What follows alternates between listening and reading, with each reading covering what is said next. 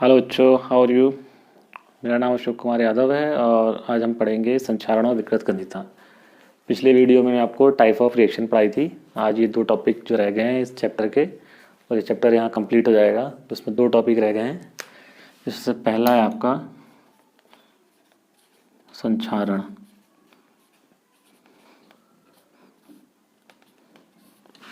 आपने ध्यान दिया होगा, कोई भी धातु अगर आप जो है वायु के, नमी के या किसी केमिकल के संपर्क में आता है तो वो धातु जो है धीमे धीमे क्या होता है, क्षय होने लगता है।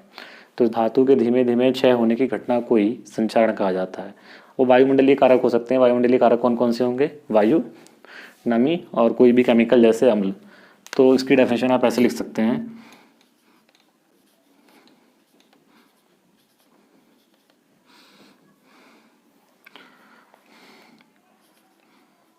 वातावरणीय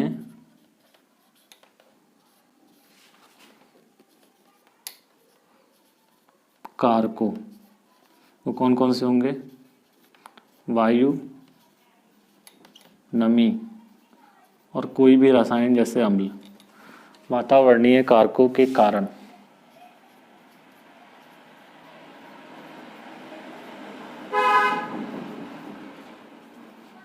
धातु का धीरे धीरे क्षय होना संक्षारण कहलाता है।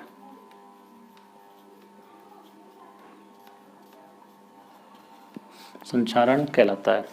कोई भी आपके वातावरणीय कारक हैं, जैसे वायु है, नमी है, अम्ल के जब संपर्क में कोई धातु आती है तो उसकी परत पे एक, ध्यान दिया होगा आपने, जैसे लोहे पे जंग लग जाती है, कॉपर का रंग जो है बदरंग हो जाता है और चांदी जो है आपकी वो ब्लैक कलर की हो जाती है, तो उसी घटना को क्या कहते हैं? हम संक्षारण कहते हैं। तो जैसे एग्जाम्पल, लोहे पर जंग लगना,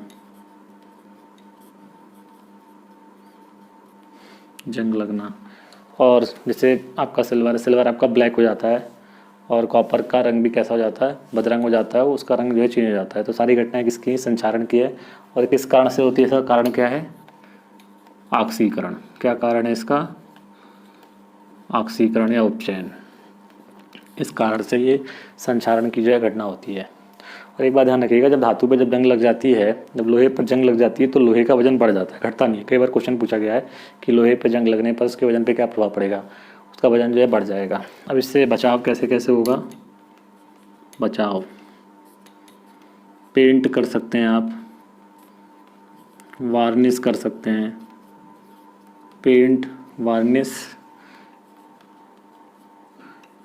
विद्युत लेपन। पेंट, जैसे आपने ध्यान दिया होगा छतों पे ग्रिल वगैरह लगी होती है तो उस पर क्या कर देते हैं आप? पेंट कर देते हैं या वार्निश कर देते हैं। उसकी लाइफ क्या हो जाती है? बढ़ जाती है और उसमें जंग लगना बंद जाता है।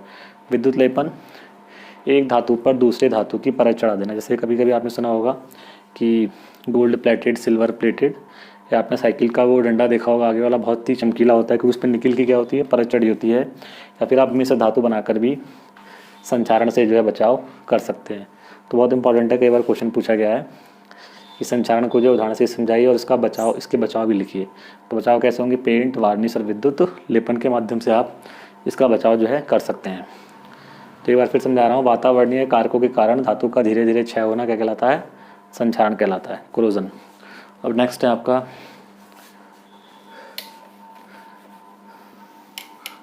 दूसरा टॉपिक, विकृत गंधिता। ये क्या है देखिए,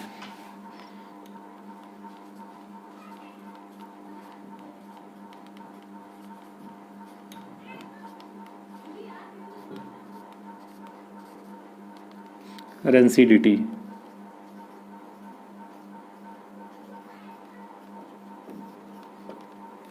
आपने ध्यान दिया होगा, तेल युक्त या वसायुक्त पदार्थों को जो है जब बहुत देर तक रख दिया जाता है तो उसमें दुर्गंध आने लग जाती है, उसका स्वाद भी क्या होता है? चेंज हो जाता है। इस घटना को हम विकृत गंधिता या रेंसिडिटी कहते हैं। और ये भी किसके कारण होता है? आपका ऑक्सीकरण के कारण होता है, क्योंकि जब वायु के संपर्क में आता है तो वसा या तेल का क्या हो जाता है? ऑक्सीकरण हो जाता है और उस पदार्थ से क्या लग जाती है? आपकी दुर्गंध आने लग जाती है। तो कहने का मतलब क्या हुआ, जब तेल या वसा युक्त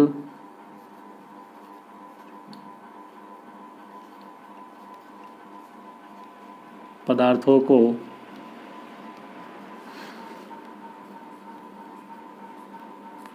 लंबे समय तक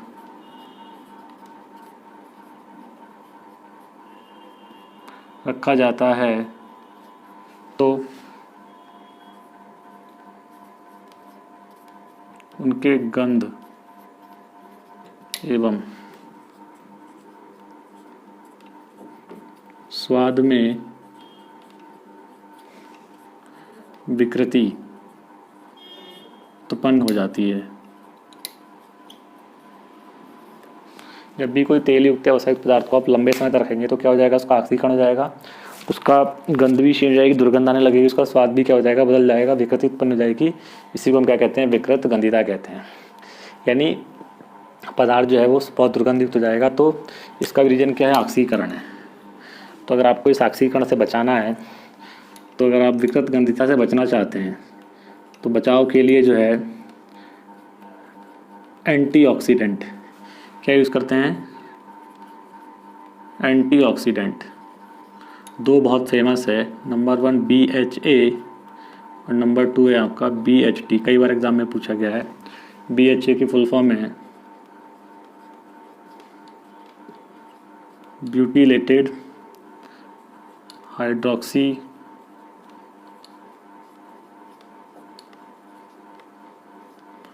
एनिसॉल, और ये आपका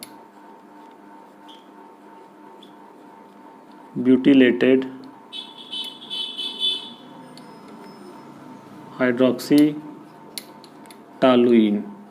ये दो अनाक्सीकारक पदार्थ हैं, एंटीऑक्सीडेंट रिएजेंट हैं, जिससे आप विकृत गंधिता को बचा सकते हैं। मतलब खाने के तेल युक्त या व्यावसायिक पदार्थों में अगर BHA या BHT मिला दिया जाए तो इसके ऑक्सीकरण की दर क्या हो जाती है, बहुत मंद हो जाती है, और विकृत गंधिता से क्या होता है, पदार्थ को बच जाता है। तो BHA ब्यूटिलेटेड हाइड्रोक्सी एनिसॉल और BHT ब्यूटिलेटेड हाइड्रोक्सी टॉलुइन। तो इन दो पदार्थों का नाम ध्यान रखेंगे, कई बार पूछा गया है। दूसरा एक बचाव ये भी हो सकता है कि बंद बर्तनों में रखें जिसमें हवा प्रवेश नहीं कर पाए, एयर टाइट कंटेनर जो होते हैं जिसमें हवा जो है आपकी प्रवेश नहीं कर पाए। तीसरा नाइट्रोजन का प्रयोग कर सकते हैं, N2 का प्रयोग करेंगे तब भी आप विकृत गंधिता से बच सकते हैं। ध्यान दिया होगा चिप्स वगैरह के जो पैकेट होते हैं उसमें चिप्स की मात्रा तो 2-4 होती है, लेकिन बाकी क्या होती है, हवा भरी होती है। तो हवा नहीं होती, इसमें क्या होती है, वो नाइट्रोजन गैस भरी होती है, जिससे उसके ऑक्सीकरण की दर क्या हो जाती है, कम हो जाती है। इसी को हम क्या बोलते हैं, इसके कारण उसकी जो विकृत गंधिता है उससे क्या होता है, वो बच जाता है। यानी उसके स्वाद और गंध में जो किसी प्रकार की विकृति उत्पन्न नहीं होती है। तो दो चीज़ें बड़ी इंपॉर्टेंट है, ये भी कई बार पूछा गया है और संचारण भी जो है कई बार पूछा गया है। एक चीज़ और, मैं एक क्वेश्चन ऑक्सीकारक अपचायक पे भी करा दूं, जो एग्ज़ाम में आया था क्वेश्चन, वही मैं करा देता हूँ। ऑक्सीकारक अपचायक, थोड़ा इसको भी समझ लीजिए, कई बार पूछा गया है। ऑक्सीकारक कल मैंने पढ़ाया भी था लेकिन इसमें बता नहीं पाया था।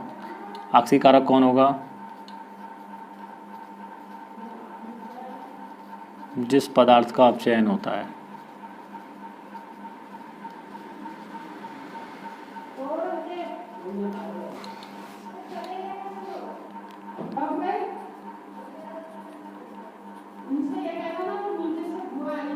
एक होता है अपचायक। अपचायक कौन होता है,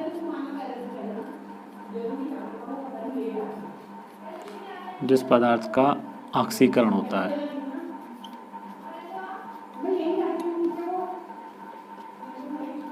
ऑक्सीकरण होता है, दो बातें ध्यान रखें, जिस पदार्थ का अपचयन होगा वो ऑक्सीकारक होगा, उल्टा होता है, जिस पदार्थ का ऑक्सीकरण होता है वो अपचायक कहलाता है। अपचयन क्या है, अपचयन मैंने समझाया था, H2 का योग अपचयन होता है, फिर क्या होता है, O2 का निकलना। जबकि ऑक्सीकरण क्या था, O2 का योग और H2 का निकलना।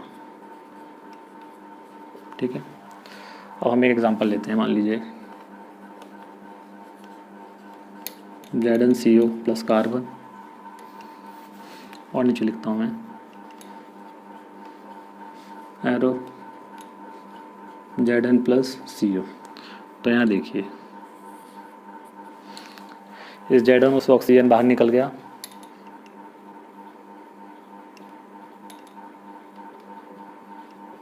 यानी जब ऑक्सीजन निकलेगी तो क्या होगा, अपचयन। तो किसका अपचयन हुआ, ZnO का। ZnO का Zn में अपचयन हुआ, ZnO का Zn में अपचयन हुआ। तो किसका अपचयन हुआ, इसका अपचयन हुआ। तो जिस पदार्थ का अपचयन होगा वो क्या होगा, ऑक्सीकारक। यानी यहाँ पर जो आपका ये ZnO जो होगा ये क्या होगा, ऑक्सीकारक होगा। अगर एग्ज़ाम में आता है तो पहचानने के लिए ZnO क्या हो जाएगा आपका, ऑक्सीकारक। अब यहाँ देखिए कार्बन था, कार्बन में क्या जुड़ गया, ऑक्सीजन जुड़ गया। O2 का जुड़ना या O2 का योग, O2 का योग क्या होता है, O2 का योग होता है ऑक्सीकरण।